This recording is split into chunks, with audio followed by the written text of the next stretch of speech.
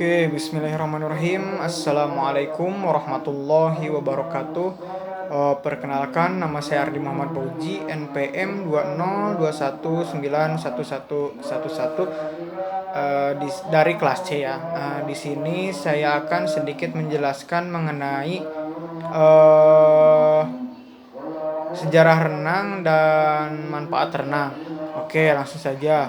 Renang itu merupakan salah satu cabang olahraga yang menggunakan kecepatan tangan dan kaki di dalam permukaan air.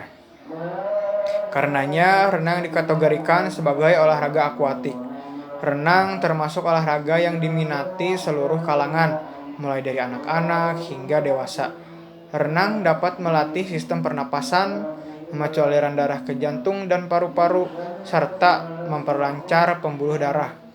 Olahraga ini dilakukan dalam format kompetisi ataupun hiburan semata ya. Bahkan dalam riset yang dilakukan oleh MinLab Internasional, renang yang dilakukan rutin dapat membuat pikiran lebih positif, meningkatkan energi dan meningkatkan kualitas tidur kita juga. Kegiatan renang telah ada sejak sebelum manusia mengenal tulisan. Oke, langsung saja. Yang pertama mungkin ada sejarah renang di dunia. Renang pertama kali dibenarkan oleh Matthew Webb pada tahun 1875. Ia adalah orang yang berhasil melintasi Teluk Inggris selama 21 jam berenang.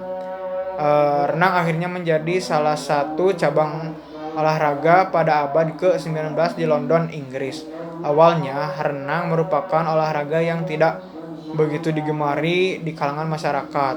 Namun, seiring berjalannya waktu, renang berubah menjadi olahraga populer. Bahkan, olahraga renang sendiri memiliki asosiasi. Olahraga akuatik ini semakin dikenal di beberapa negara di dunia.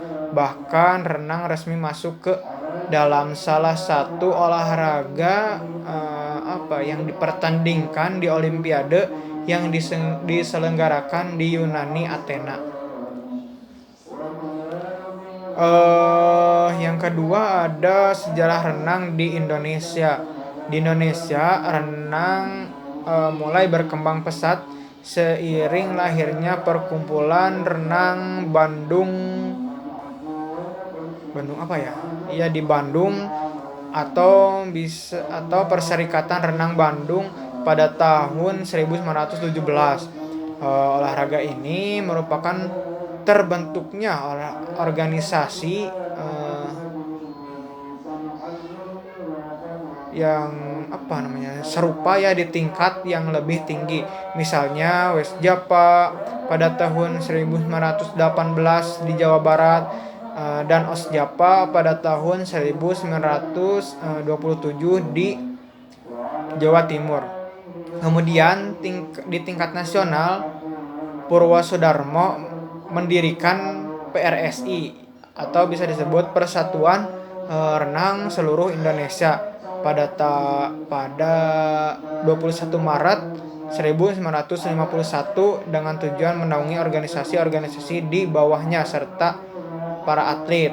PRSI juga berperan dalam pembinaan dan pelatihan untuk para atlet baik di tingkat regional maupun nasional. Dan tidak hanya itu, PRSI juga menyediakan pelatihan bagi para wasit dan juri untuk meningkatkan kualitas dalam sebuah kompetisi ataupun event. Oke, selanjutnya kita masuk ke manfaat renang ya. Sebagai salah satu cabang olahraga, tentunya renang memiliki banyak manfaat ya untuk kesehatan tubuh. Yang pertama mungkin bisa membentuk otot ya. Mengapa?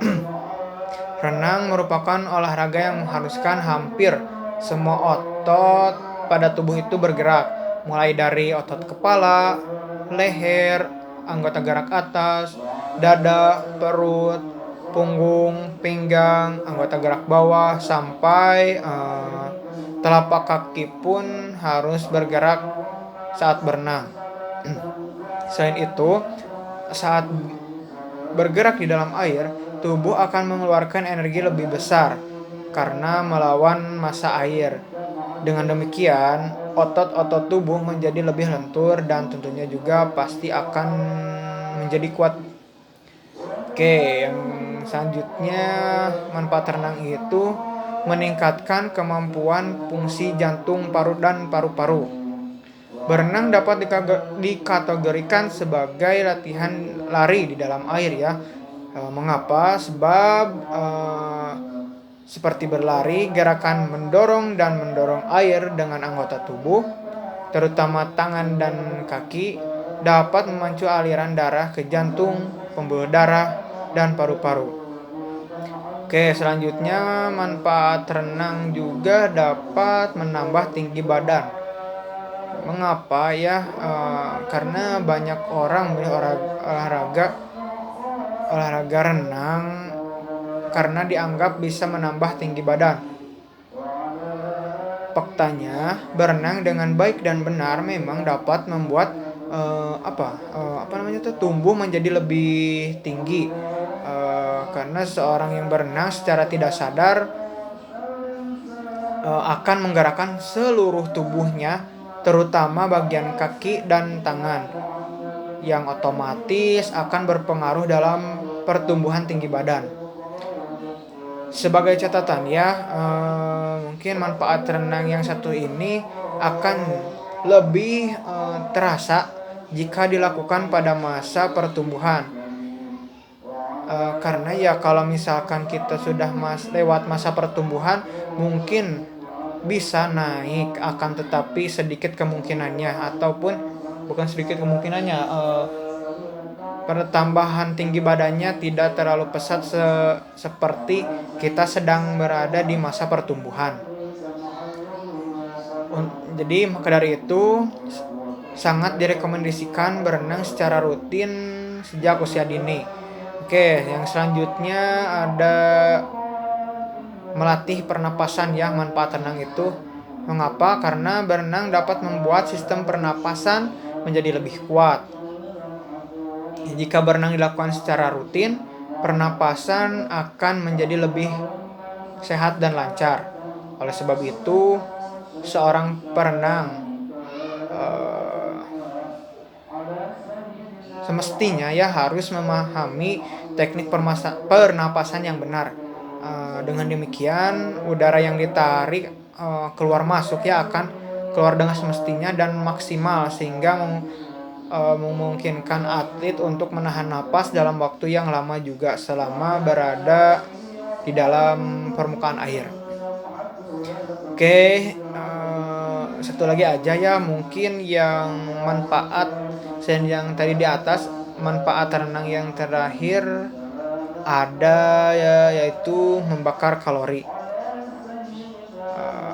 Mengapa sih olahraga renang bisa membakar kalori? Manfaatnya, renang itu kan termasuk olahraga yang direkomendasikan untuk orang-orang dengan kelebihan berat badan ataupun bisa dibilang overweight, karena pasalnya tubuh akan terasa lebih berat bergerak dalam air sehingga membutuhkan energi yang lebih tinggi, yang mana ini menyebabkan pembakaran kalori ya dalam tubuh itu lebih efektif.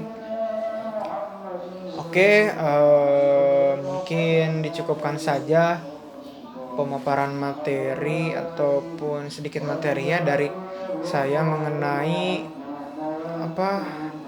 sejarah renang dan manfaat renang. Terima kasih. Billahi taufiq wal hidayah. Wassalamualaikum warahmatullahi wabarakatuh.